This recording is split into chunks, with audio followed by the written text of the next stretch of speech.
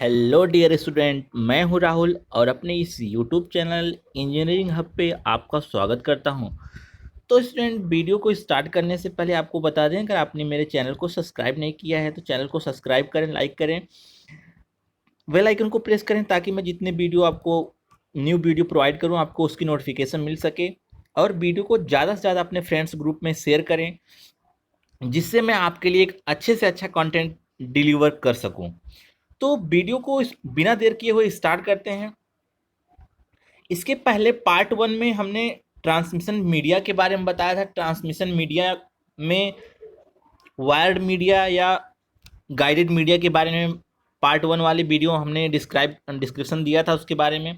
आज हम बात करेंगे उसका पार्ट टू वीडियो जिसमें हम पढ़ेंगे अनगाइडेड मीडिया या वायरलेस मीडिया के बारे में पढ़ेंगे। ये पार्ट टू वीडियो होगा।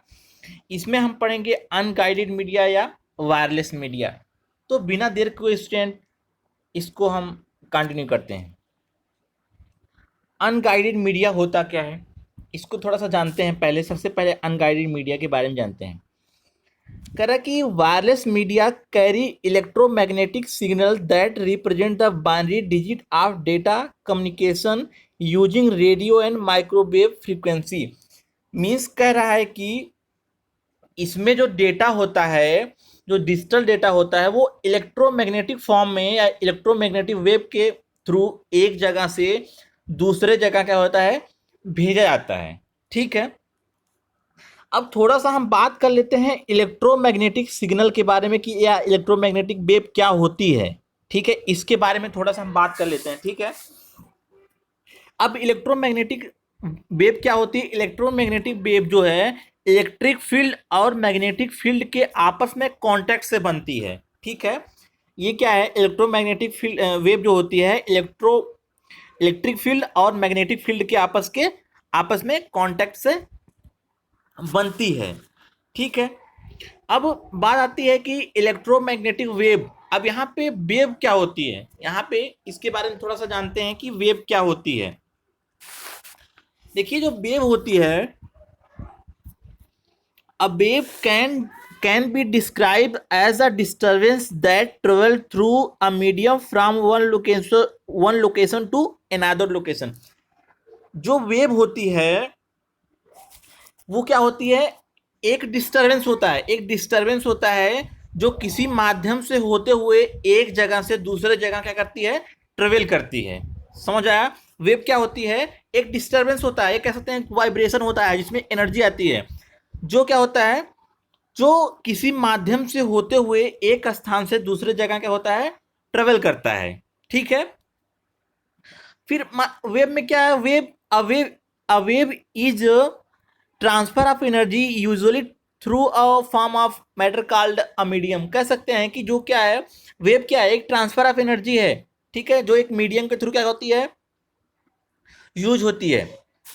अब देयर आर स्पेशल, यहाँ पे क्या है, इलेक्ट्रोमैग्नेटिक जो वेव या सिग्नल जो है, जो इलेक्ट्रोमैग्नेटिक यानी कि there are special type of wave that can travel without a medium called electromagnetic wave.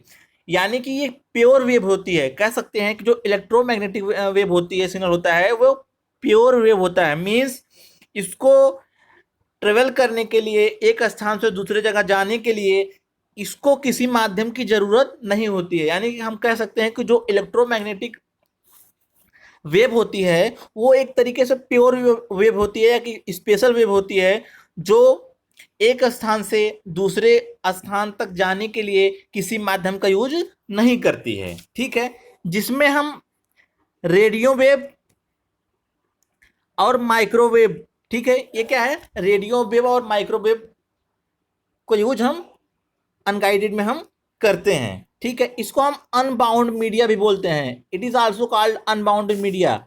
ठीक है, तो unbounded media is used where it impossible to install cable या वायर। कह रहा है कि अनबाउंडेड मीडिया का यूज हम वहां पे करते हैं जहां पे केबल या वायर को का यूज इम्पॉसिबल होता है, या वहां पे हम केबल या वायर का यूज नहीं कर सकते हैं। ठीक है, तो ये हुई बात इसके बारे में। ठीक है, तो देखिए, वीडियो को स्टार्ट करने से पहले थोड़ा सा हम आपको बता दें,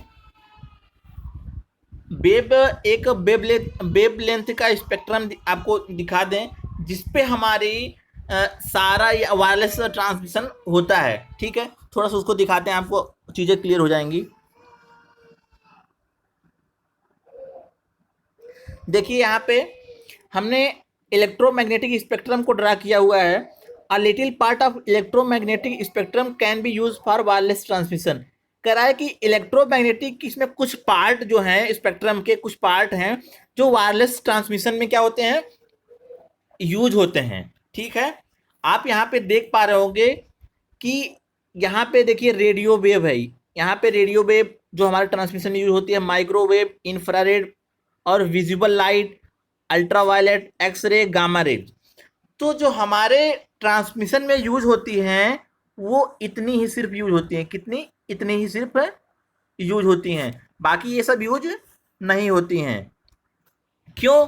क्योंकि जो मीन्स जो वेव होती है, वेव जितनी बड़ी होती है, यहाँ पे आप देख रहे हैं जो ये क्या है, ये वेव है। वेव जितनी बड़ी होगी वो क्या होती है, एक इंसान के लिए वो अच्छी होती है, लेकिन वेव जितनी ही कम होगी वो इंसान के लिए क्या उतनी हानिकारक होगी।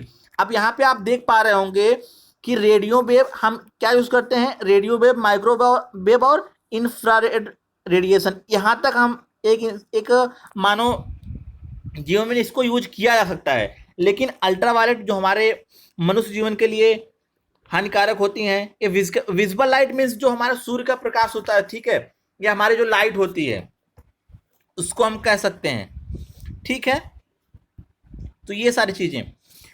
अब यहाँ पे इसका यूज हम नहीं करते हैं, क्यों? क्योंकि इसकी जो वेव लेंथ होती है वो क्या होती है, कम होती है, और ये हमारे लिए हानिकारक होता है। ठीक है, ये हुआ। तो फिर सीधे सीधे हम आ जाते हैं अपने टॉपिक पे अपने। ठीक है, आपको ये समझ आ गया होगा। ठीक है, ठीक।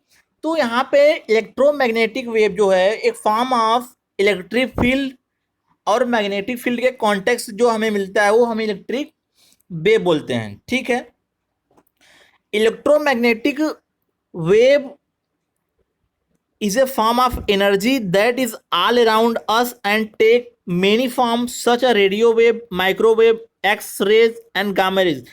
कह रहा है कि जो इलेक्ट्रोमैग्नेटिक रेडिएशन होता है वो हमारे चारों तरफ होता है, और जो कई फॉर्म में होता है, रेडियो वेव, माइक्रोवेव, एक्सरे और गामा रेज, ये कई फॉर्म में होते हैं। ठीक है, sunlight is also form of electromagnetic energy, यानी कि जो सनलाइट होता है वो भी क्या है, इलेक्ट्रोमैग्नेटिक एनर्जी ही है।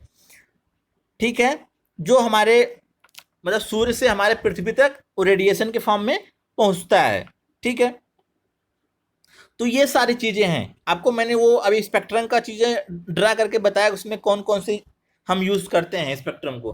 तो आइए हम जानते हैं, इसमें कुछ अनबाउंडेड कम्युनिकेशन है, मतलब जिसके माध्यम से हम कम्युनिकेशन करते हैं, रेडियो वेव, माइक्रोवेव और इंफ्रारेड वेव। ठीक है, तो ये सारी चीजें हैं। ठीक है, ये इनके बारे में हम बारी बारी से थोड़ा सा जान लेते हैं। ठीक है, सबसे पहला है रेडियो वेव। ठीक है, सबसे पहला क्या है, रेडियो वेव। रेडियो वेव के बारे में थोड़ा सा जान लेते हैं। ये क्या है, कंटिन्यूअस साइन वेव के फॉर्म में काम करता है, कंटिन्यूअस साइन वेव। ठीक है, इसको आप लोग पूछा जाता है कभी कभी, इसके बारे में जानते हैं, पॉइंट टू पॉइंट जान लेते हैं। ठीक है, radio wave are electromagnetic wave that are transmitted in all direction of free space.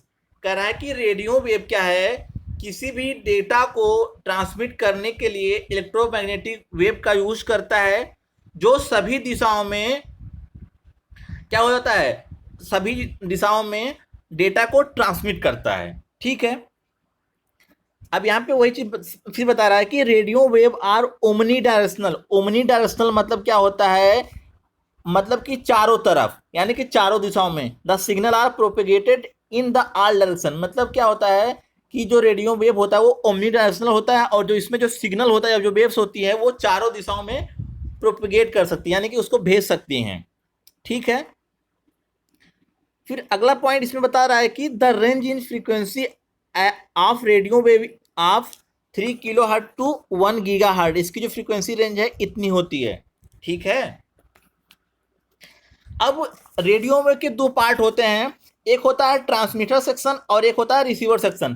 तो ट्रांसमीटर होता है वो डेटा को क्या करता है, सेंड करता है, और रिसीवर जो होता है वो डेटा को रिसीव करता है। इसके ये दो पार्ट हैं आप कह सकते हैं। ठीक है। देन अगला पॉइंट जो बता रहा है कि radio station transmit radio wave using transmitter which are receive by the receiver install in our device. Both transmitter and receiver use antenna to radiate or capture radio signal.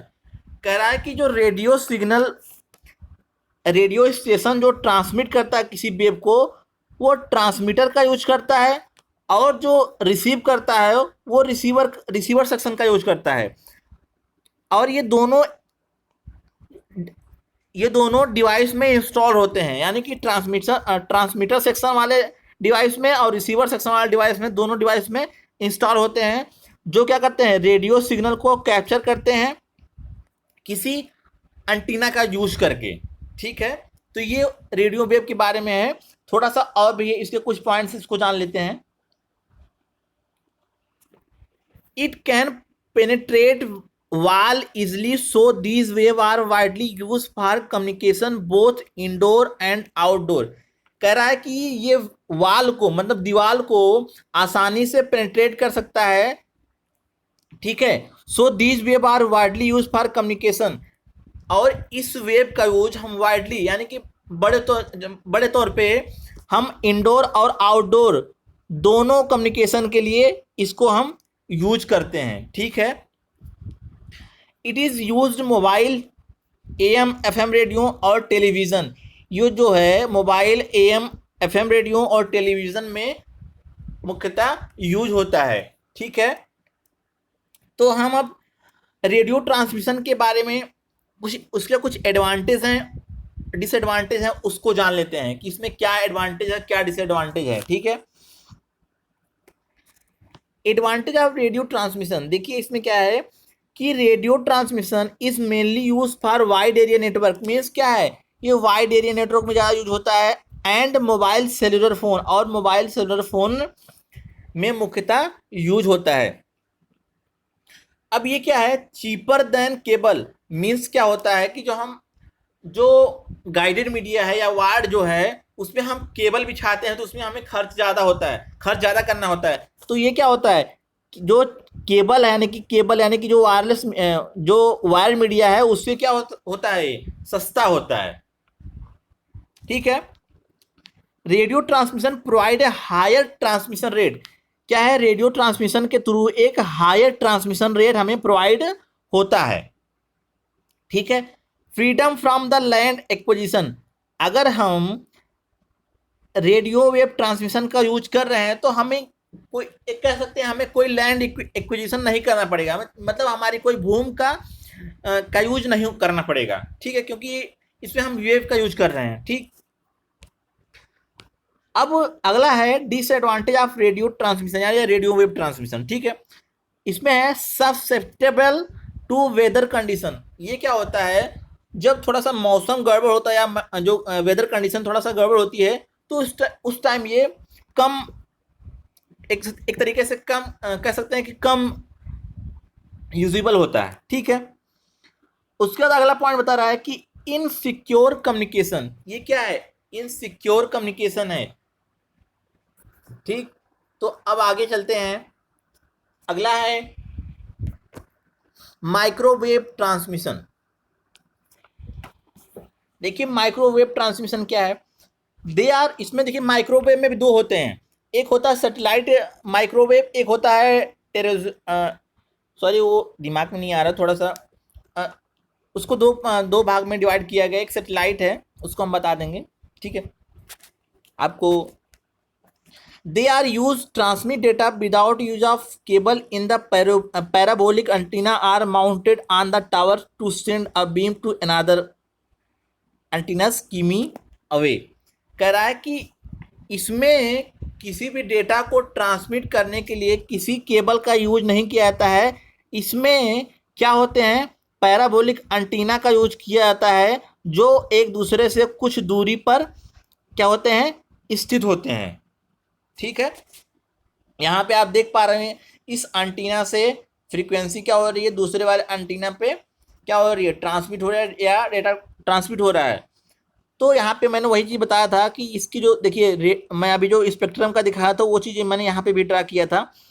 तो ये radio wave या microwave की ये range है, और infrared की ये range है, और ये विजिबल लाइट की रेंज है। लेकिन हम यूज़ क्या करते हैं, हम लोग बस इतना ही यूज करते हैं। ठीक है, अब यहाँ पे higher the tower means greater is range. अगर आपका जो टावर की जो हाइट होगी एक तरीके से अगर ज़्यादा होगी तो जो उसका रेंज होगा या कह सकते हैं उसकी जो फ्रीक्वेंसी रेंज होगी वो हाई होगी। ठीक है, ये सारी चीज़ें। अब आगे चलते हैं, इसके बारे में थोड़ा सा और जानते हैं, इसके कैरेक्टरिस्टिक्स के बारे में क्या क्या चीज़ें इसमें हैं। इसकी देखिए जो फ्रीक्वेंसी रेंज होती है 4 to 6 गीगाहर्ट्ज से 21 to 23 गीगाहर्ट्ज तक इसकी जो फ्रीक्वेंसी रेंज होती है। ठीक है, अब इसका जो बैंडविड्थ है वो 1 to 10 Mbps, यानी कि जो इसका जो बैंडविड्थ है वो 1 to 10 Mbps हमें प्रोवाइड होता है। ठीक, शार्ट डिस्टेंस, ये जो होती है शार्ट डिस्टेंस के लिए इनएक्सपेंसिव होती है। क्या होती है, इनएक्सपेंसिव। और लॉन्ग डिस्टेंस के लिए रिलेटिवली एक्सपेंसिव। क्या होती है, लॉन्ग डिस्टेंस के लिए क्या होता है, एक्सपेंसिव होता है। एटेन्यूएशन, एटेन्यूएशन मतलब लॉस ऑफ सिग्नल। ठीक है, अफेक्टेड बाय इन्वायरमेंट। क्या होता है, जो एटेन्यूएशन होता है वो इन्वायरमेंट के कंडीशन पर डिपेंड करता है। अगर कंडीशन इन्वायरमेंट कंडीशन सही नहीं है तो वहाँ लॉस ऑफ सिग्नल हमें फाइंड आउट होगा। ठीक है, या एंटीनास की साइज पर, मीन्स मैंने बताया कि अगर एंटीनास की साइज कम है तो क्या होगा, वहाँ पे यहाँ पे आप देख पा रहे होंगे यहाँ पे कि जो हमें फ्रीक्वेंसी की रेंज हो वो कम मिलेगी। तो यानी कि अगर एंटीनास की साइज कम है तो यहाँ पे क्या एटेन्यूएशन हमें फाइंड आउट हो सकता है। ठीक है, effect of the signal, EMI effect, electromagnetic interference effect. ठीक है, ये हमें प्रोवाइड हो सकता है। इसका मतलब होता है कि जो सिग्नल होता है उसको एक तरीके से डिस्टर्ब करना। ठीक है, यहाँ पे आप देख पा रहे होंगे मैंने इसमें बताया ये कम सिक्योर क्यों होता है। यहाँ पे देखिए कोई पैराबोलिक एंटीना यहाँ पे है और एक कोई पैराबोलिक एंटीना कुछ दूरी पे है, तो यहाँ पे कम सिक्योर क्यों होता है। कोई मैलिशियस जो यूजर भी अगर चाहे तो अपना ओन एंटीना लगा के इनके बीच जो कम्युनिकेशन हो रहा है उनको बीच में क्या कर सकता है, डिस्टर्ब कर सकता है। इसलिए क्या होता है, कम सिक्योर होता है। ठीक है, आगे चलते हैं। अब इसके एडवांटेज और डिसएडवांटेज के बारे में जान लेते हैं। Advantage of microwave. ठीक है, cheaper than using cable, means जो केबल का यूज हम करते हैं उससे क्या होता है, ये चीप होता है, सस्ता होता है।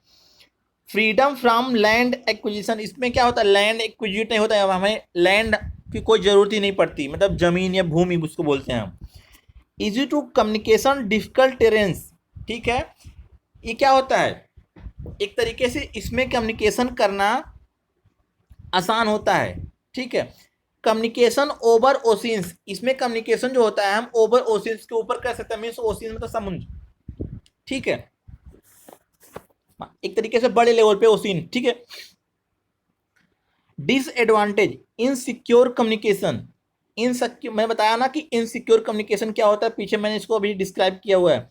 Out of phase signal means कि कोई पर्सन उसको क्या कर सकता है, उसके सिग्नल को डिस्टर्ब करके अपने यूज के लिए यूज कर सकता है, कोई मैलिशियस यूजर। अगला पॉइंट है कि सब्ससेप्टेबल टू वेदर कंडीशन, मतलब ये जो होता है यानी कि वायरलेस मीडिया में जितने भी होंगे नियर अबाउट जितने भी वायरलेस मीडिया होंगे या माध्यम होंगे वो वेदर कंडीशन पे ज़्यादा भी डिपेंडेंट होंगे। अगर वेदर कंडीशन सही नहीं है तो हमें जो सर्विस होगा सही से प्रोवाइड नहीं होगी। अगला इसका डिसएडवांटेज है cost of design implementation maintenance is high, जो इसको डिजाइन करने में और इसका जो रख रखाव है या जो मेंटेनेंस है वो क्या होता है, हाई होता है।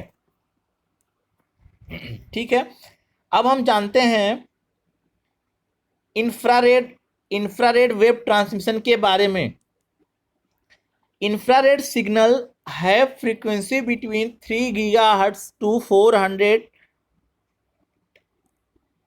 ठीक है, 1000 hertz. They are use for short range. कह रहा है कि इसमें जो फ्रीक्वेंसी की रेंज होती है 300 गीगाहर्ट्ज से लेके 400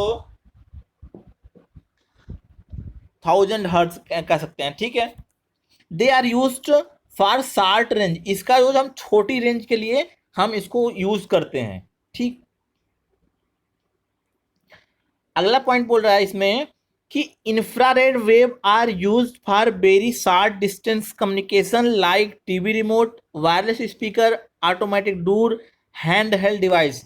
कह रहा है कि इंफ्रारेड वेव का यूज छोटी डिस्टेंस के कम्युनिकेशन के लिए हम यूज करते हैं, जिसमें TV remote, wireless speaker, automatic door और हैंड हेल्ड डिवाइस में इसका यूज हम कर सकते हैं या करते हैं। ठीक है, अब इंफ्रारेड में आगे क्या है, infrared wave having high frequency prevent interference between one system to another. कह रहा है कि इंफ्रारेड की हाई फ्रीक्वेंसी क्या करती है, प्रिवेंट करती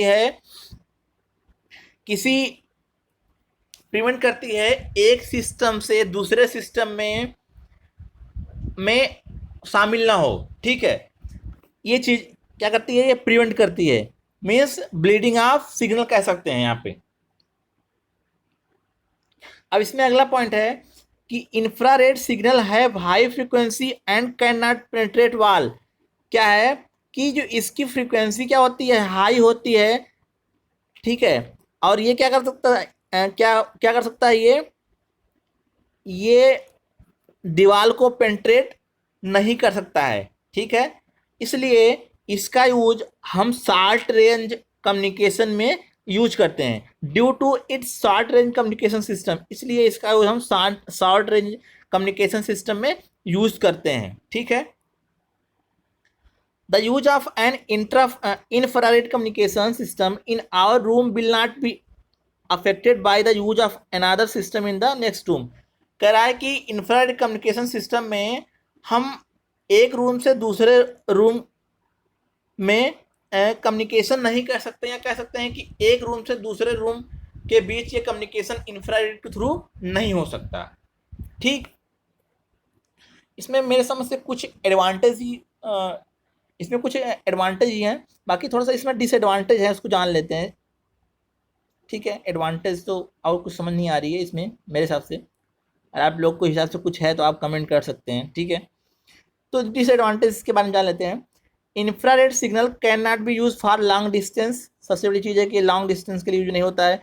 communication in addition we can not be infrared wave outside the building. कह रहा है कि इनमें कम्युनिकेशन करने के लिए या इंफ्रारेड वेव का यूज हम किसी बिल्डिंग के आउटसाइड पर नहीं करते हैं, because the sun rays content infrared wave that can interface the communication. क्योंकि जो सन रेज होगी वो इंफ्रारेड